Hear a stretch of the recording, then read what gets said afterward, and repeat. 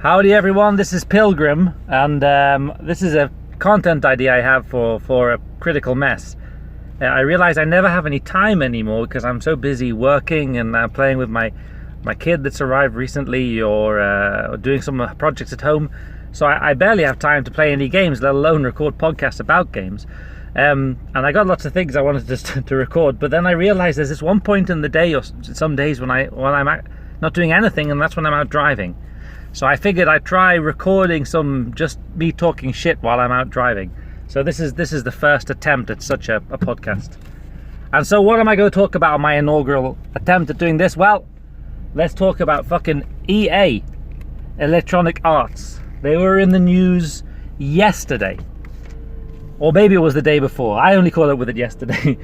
Because they were in the UK talking to some sort of committee of parliament or something or other about their loot box mechanics and addiction in gaming. And there were other guys there as well. I mean, Epic was there talking about Fortnite because Prince Harry wants to ban it or something.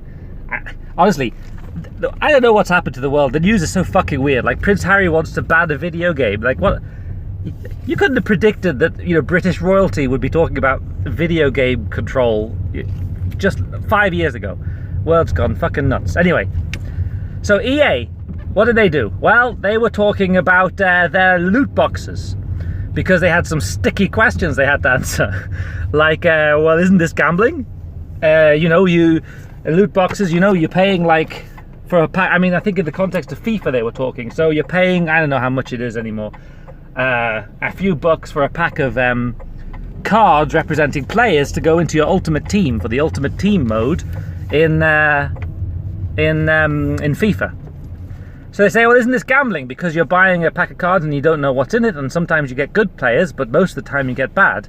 And if you get good players, you're going to do better. So you're gambling with your money to get something you want so that you can do better at the game. And their defense to this was, no, this isn't gambling. This is a surprise mechanic. It's a gameplay mechanic that we're using, the element of surprise. And it's like, what? It's like peak bullshit. Like, okay, first of all, apart from anything else, you could describe gambling as using surprise mechanics. Like, you bet a whole bunch of money if it's in like poker, or if it's in blackjack or whatever, roulette, whatever you're playing, and then sometimes you're happily surprised and sometimes you're unhappily surprised. I mean, that's what gambling is. Fucking surprise mechanics. And then the other cheeky fucking thing they said was, oh, well, it's no different to buying a Kinder Egg, because sometimes you get a toy you want and sometimes you get a toy you don't want.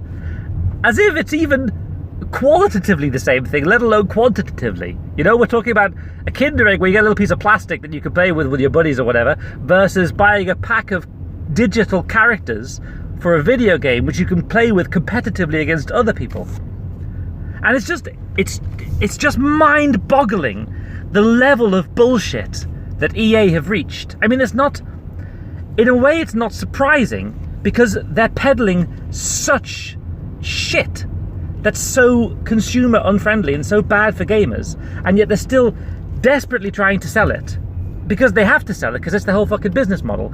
So they're trying to like dress it up in new and exciting different ways. Everything from microtransactions to loot boxes to fucking season passes to fucking live service games, whatever the fuck that is. Maybe that was a thing once upon a time, but now it just has translated into, oh, well, let's just, half-assed finish this game and fucking ship it with half the features missing, and we'll say, oh, this is just a live service game, we just haven't added that yet, we'll get around to adding it later. It's a game under development is what it is. It's not even a finished game.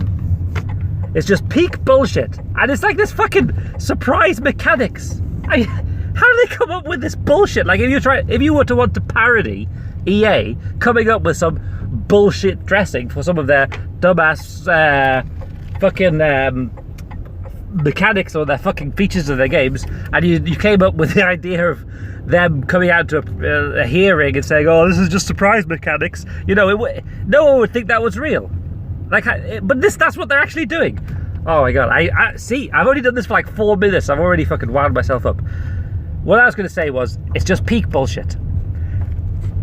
All this bullshit about loot boxes, about just being surprise mechanics and not being gambling, and therefore it's okay. Because obviously it's gambling, because obviously you're spending money in the hope of getting a certain thing, and sometimes you get it and sometimes you don't. Obviously it's gambling. That's why more and more places they're forced to put the percentage likelihood of you getting different things onto the pack that you buy, right? It's fucking gambling. You're gambling with money to get a thing, and yet they're trying to protect it with all these bullshit excuses. So that's why I was prompted to record this. Shit, I'm gonna have to delete this. No, I'm not gonna fucking delete it. It's just like, this is what my rants are gonna be like. Okay, so that's a bullshit excuse for a bullshit thing, and it made me realize this has been going on for like ages. I mean, everyone knows it's been going on for ages, and in fact, it's been going on for so long that hating EA has become mainstream in the gaming culture. It's become so mainstream that there's in fact a counterculture now to call EA hate a circle jerk, as in like, it's all just a big circle jerk to hate on EA because they're not that bad anymore. And that is just so mind-bogglingly wrong. Bogglingly, is that the word? Bogglingly. It's just so mind-bogglingly wrong that it beggars belief. Yeah, maybe there are other people who also are as bad as EA, but they've only done this because no one gave EA the proper shit they needed to be given when they started doing this fucking useless mechanics with loot boxes and bullshit. Eesh. Anyway, let's look at some more things EA have been doing recently, because they were also in the news about their intelligent difficulty system, whatever the fuck they called it. This idea that their games could have an undetectable system of monitoring the enjoyment and frustration level of players so that they could adjust it to keep players engaged in the game, right? Obviously, they're going to use that to make people buy loot boxes. You know, because now they have this system of sensing, okay, this player is going to lose interest soon because he's losing. What can we do? Oh, let's just team him up against a shit team so that he gets to beat this guy who hasn't got as many loot boxes and has got worse players than him. And then they're going to say, oh, this guy with loads of loot boxes, he spent loads of money already, so we want him to spend more money. What can we do? Well, let's make him play, quote, randomly, brackets, obviously not fucking randomly, against a guy with even more things that he's bought with loads of loot boxes. Okay? That's what they're doing. That's obviously what they're doing. It's obviously what their business model is. That's how they're making the money. I mean, they made more money off these digital sales than on the actual products of the games last year, and I think the year before that. So obviously this is where they're taking their business, and obviously they're a big company that don't give a shit about the games. You know, there's not even time in the day to do a complete rant about everything the EA has done to show us how little they care about the actual games. They're a completely soulless corporation publishing this shit and peddling this bullshit. I mean, look at what they've done to, you know, I'm not going to go into it. I'm not going to go into more examples. EA, it should be sufficient to look at their current games to see how is this game designed. Is it designed around a particular mechanic of gameplay or a particular experience? That's, you know, is that the keystone of this game, or is it designed to peddle as many loot boxes and microtransactions as possible? And I don't care which EA game you pick up and look at, it's always to push microtransactions. That's what the whole fucking game is about. You know, Anthem, FIFA, Madden, Star Wars fucking Battlefront, even the Battlefield games, like everything. And to those folks who are now looking forward to the new Star Wars single-player game, like, oh, I'm real glad this ain't going to have any microtransactions in it, it's like, wrong. Obviously there's going to be motherfucking microtransactions in it, because EA are making it. Oh, anyway, where was I? Microtransactions, yeah. So EA are doing this bullshit the whole time, and now some guys came out and were like, hey, are you using this this technology that you patented, this like difficulty sensitive controller thing to make it more difficult or less difficult depending on your engagement? Are you using this in FIFA? And they were like, oh no, we're not using it in FIFA. Now, two things. First of all, who fucking believes them saying they're not using this tech that they've developed in their game, which is pushing like where like the majority of their profits comes from? Yeah?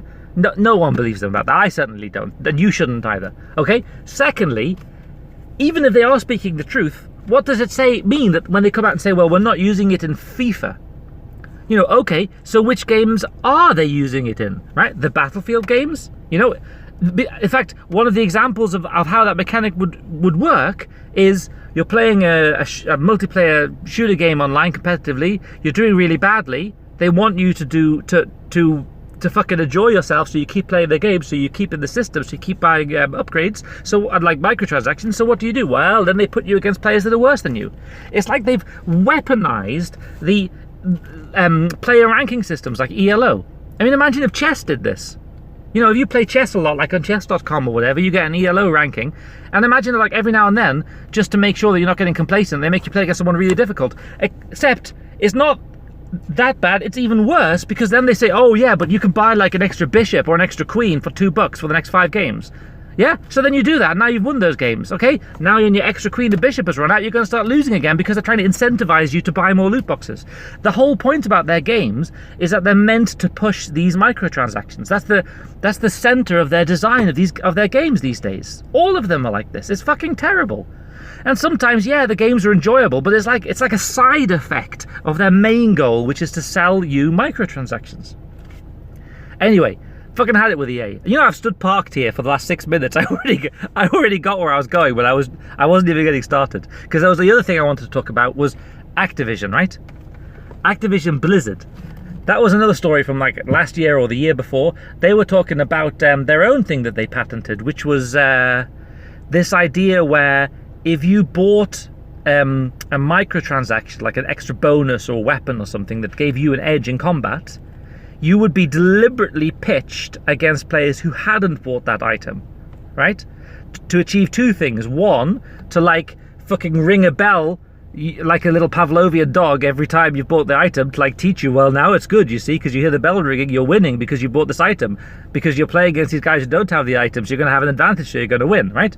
So they're just like trying to condition you to buy things because it feels good to win.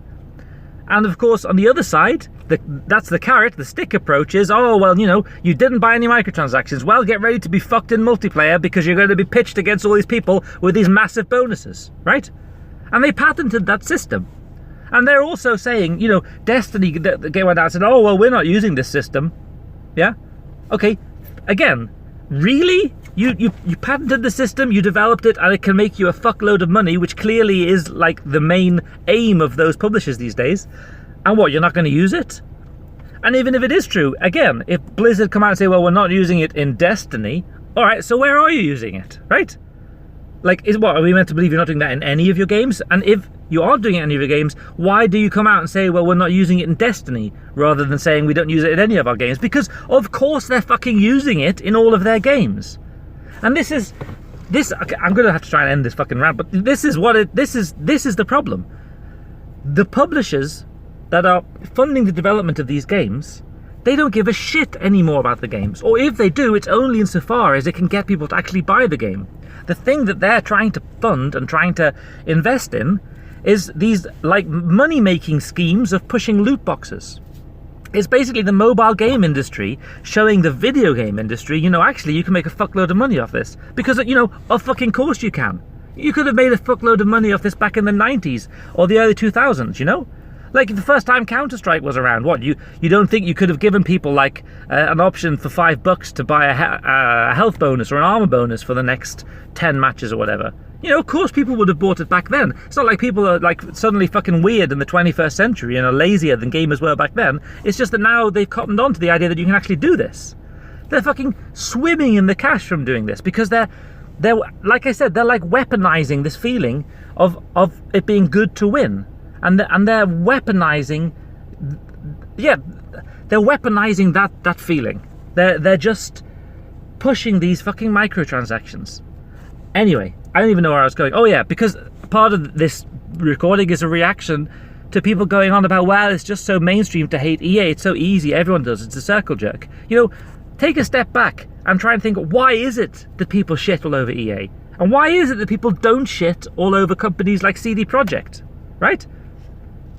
CD Projekt Red make amazing games, and they don't stuff them full of shitty fucking loot boxes and microtransactions that are only there to make money and contribute nothing towards the holistic quality of the game. They contribute nothing to it. They're just put there.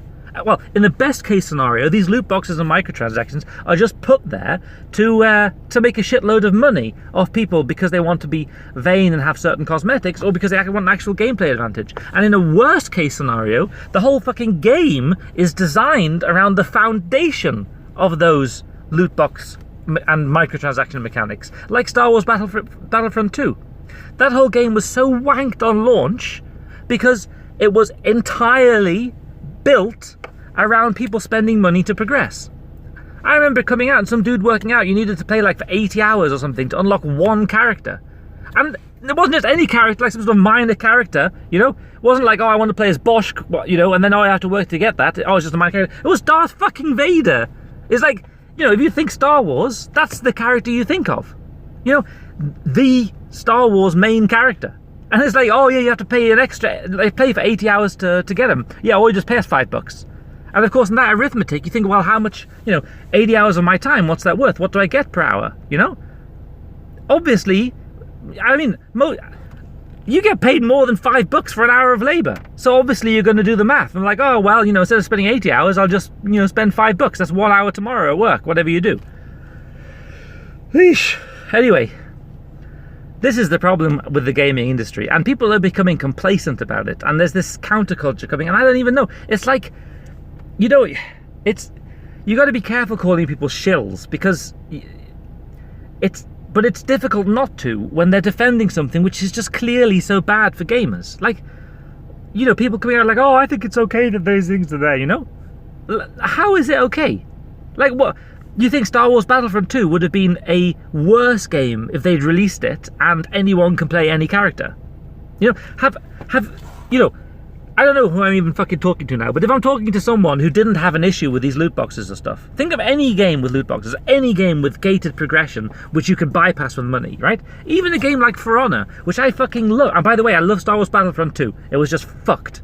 But For Honor, I fucking loved that game as well, man. I had so much fun playing that with Sleeve Monkey.